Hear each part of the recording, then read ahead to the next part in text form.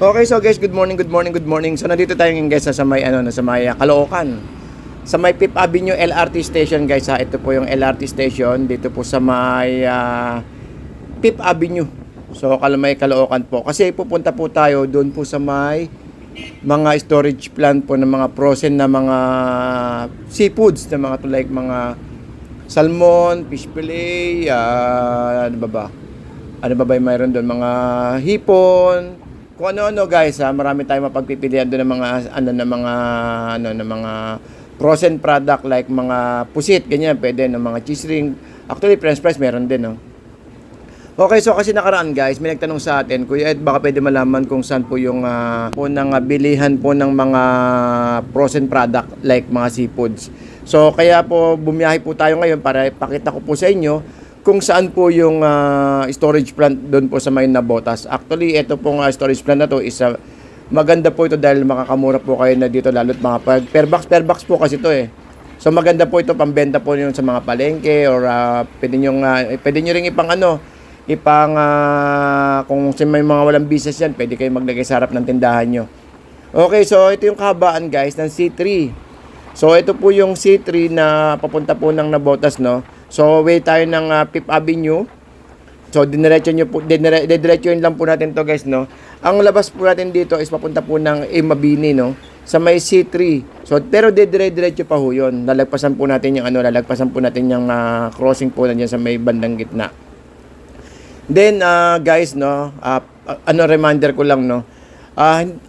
Kukuha tayo po, papakita ko po sa inyo yung lugar, yung area na kung saan is pwede kayo makabili.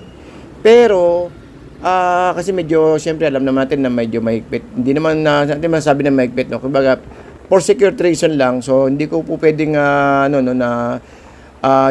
yung video, hindi po ako basta-basta pwedeng magkuha ng video sa loob kasi alam naman natin na miski araw-araw po akong pumapasok doon, pangit naman po kung wala po tayong paalam. Actually, wala akong paalam, no, na ano. So pasensya na po. Kaya nga habol ko sana ngayon ay yung area lang, no, yung labas lang. Kaya lang gusto ko sana makakuha kayo ng idea kung magkano ba yung mga presyuhan. Pero guys, yung presyuhan na makikita nyo ngayon isa hindi po to yun laging yung presyo. May time na tataas po siya at may time na bababa. So yun po yung mga presyuhan pero hindi naman yung talagang mababa sa 50, mataas sa 50. Hindi po ganoon. Kadalasan to normal, taas lang yung 10 piso, 15 pesos at bababa ng 20 pesos. Ganun na lang po yan guys, no. Lalo pag maraming stock. So doon conforme po sa stock at saka datingan po ng kargamento. Okay, ito po yung C3 road guys, no. Ito po yung kahabaan ng C3 papunta po ng Nabotas. So kung galing po tayo ng Fifth Avenue, pwede po tayong dumaan dito. Papunta naman po ng Fishport po ng Nabotas. So papakita ko rin po sa inyo mamaya po yun guys. At saka po dito mga pala, nandyan po ang Plabel na factory ng mga sausage, hotdog, nandyan din. At saka yung Crafts Food sa may bandang kanan po natin, sa may Lapu-Lapu. Okay, so guys, no, good morning pa rin sa mga kababayan po natin na patuloy pong nanonood sa ating mga videos. At saka sa mga nag-subscribe na rin guys, maraming salamat po. Ginagawa po kasi natin to is dahil sa mga kahilingan din ng mga kababayan natin, no. Kung ano po pwede ko ma-share sa inyo is gagawin ko po, lalo taga Maynila po ako. Tulad nakaraan, may nag-request po sa atin ng Plastic City sa may Malabon. So susunod na araw, yun naman ipapakita natin sa inyo kung paano magmula po sa may siguro monumento. Kasi ang pinakamagandang landmark monumento eh. Monumento to Plastic City sa may Malabon. Para malaman nyo. Kasi magandang business po yan guys eh. At saka po yung mga tagong bodega sa may Divisoria, pupuntahan po natin sa mga susunod na araw po yan. Para po sa inyo guys, para po sa inyo. Wala pong bodega sa may loob po ng mga Divisoria Mall, sa may loob ng Ilay. Nasa Binondo, yan. Marami tayong mga iikutin sa may bandang Binondo, no. Itong mga susunod na araw. So medyo busy lang po kasi. Unahin muna natin tong kahilingan na to dahil may nagtatanong sa atin. At saka nga pala guys, yung dito po kasi magkahiwalay po ang storage plant ng seafoods at saka po ng mga karne. So ang pupuntahan po natin ngayon ay sa mga seafoods muna. Doon po sa may karne guys, alam niyo naman natin na medyo mahigpit po ang karne, no. So pwede kayo makakuha doon. Kailangan lang din sa man is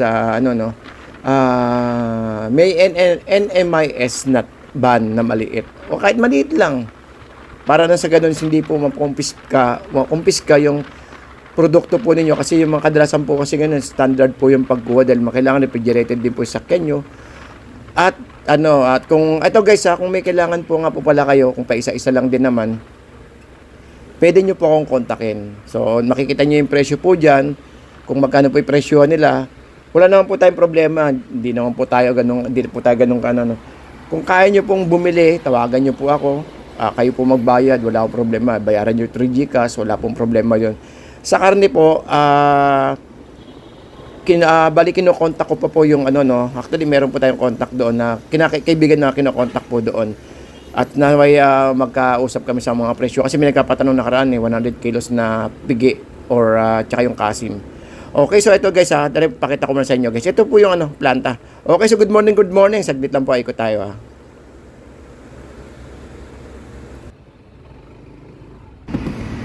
Okay, so nandito pa rin tayo sa may Crystal guys. Ito yung mga seafoods na pupuntahan natin. At ito yung i-inquire natin ngayon na mga alam ko ito yung mga pinapatanong niya Pompano, fish fillet, salmon, yellowfin, cream dory, tulingan. So titignan natin guys kung sino yung pwede natin makausap doon sa mga pogi doon.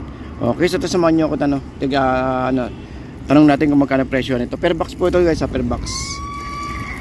Dito marami kayong pagpipilian dito, may mga bangus din, may mga may mga mackerel, may mga iba't ibang klase. May hipon, may pusit. So dito ito lang itatanong natin etong 6 na piraso na to. Yung presyo, kung yung presyo. Ate! Yes po. Ate, pwede ba malaman kung magkano yung presyo nito? Anong salmon, sir? Salmon na... Anong pampano, sir? Yung 3/4? Wala kami 3/4. Gano'ng kalaki? 2/2, tsaka 5/6. Bali ilang kilo sa isang piraso yun? Sa isang kilo?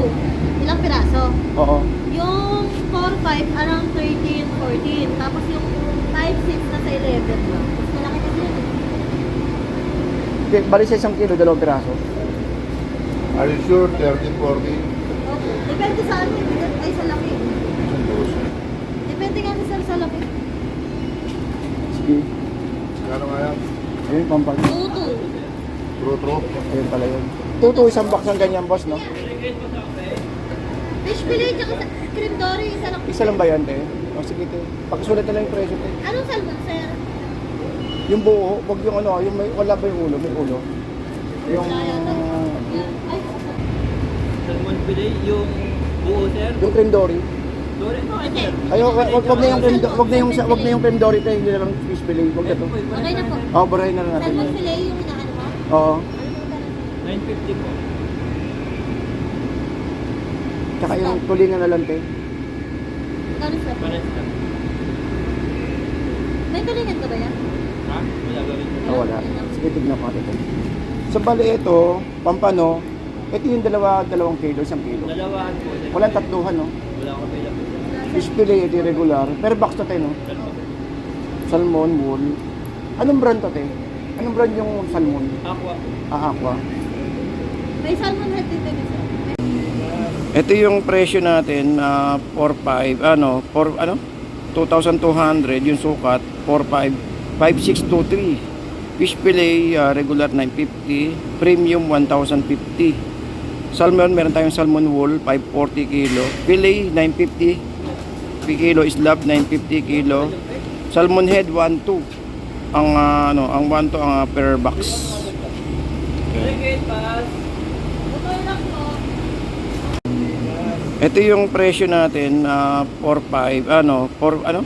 2,200 yung sukat, 5623. Fish fillet, regular 950, premium 1,050. Salmon, meron tayong salmon wool, 540 kilo. Fillet, 950 kilo. Islab, 950 kilo.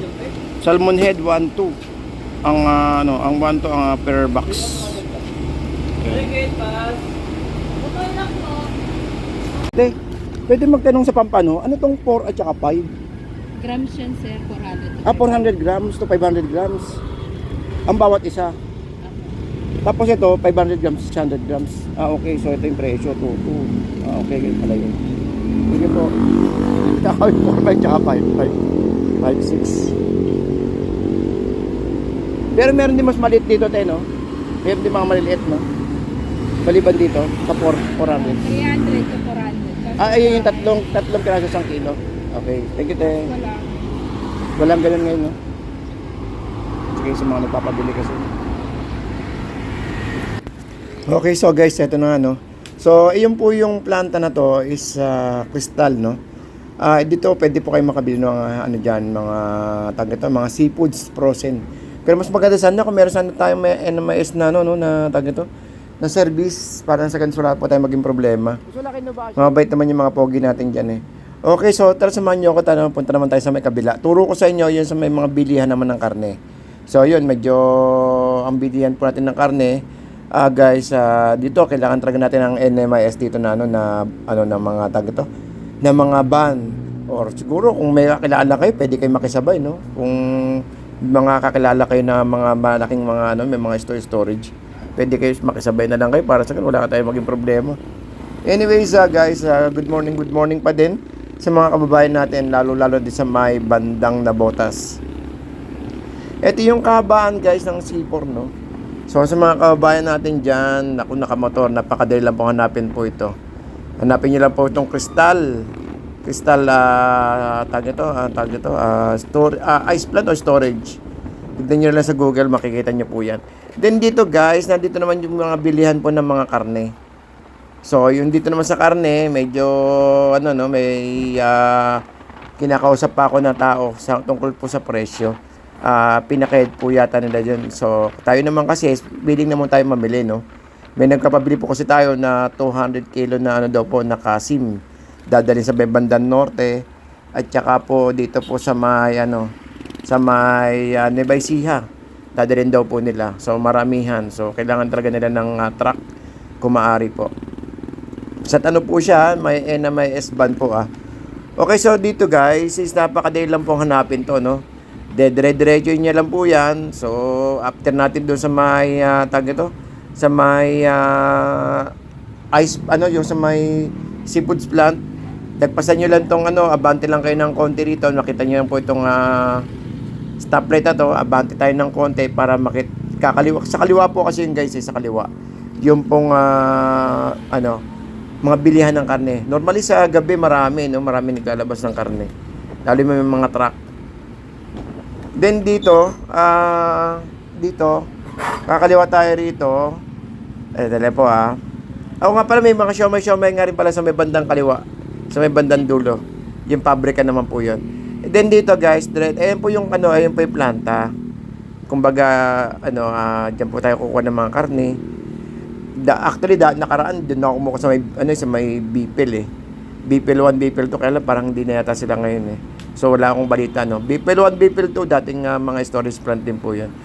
Pero meron pa rin, konektado pa rin, kaya lang parang hindi nata sila nagtitinda ng actual doon. Parang storage plant na lang siya.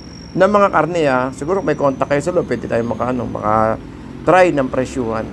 So dito is, galing na ako sa 3rd floor at meron ako nakausap na tao. Yun, so nag-inquire ako ng presyuhan. So makikibalita po tayo after, siguro mga bukas try kong tumawag. At tayo naman is mag-aangkat lang din naman tayo. Para sa mga dadali po sa may bandang sa bandang norte.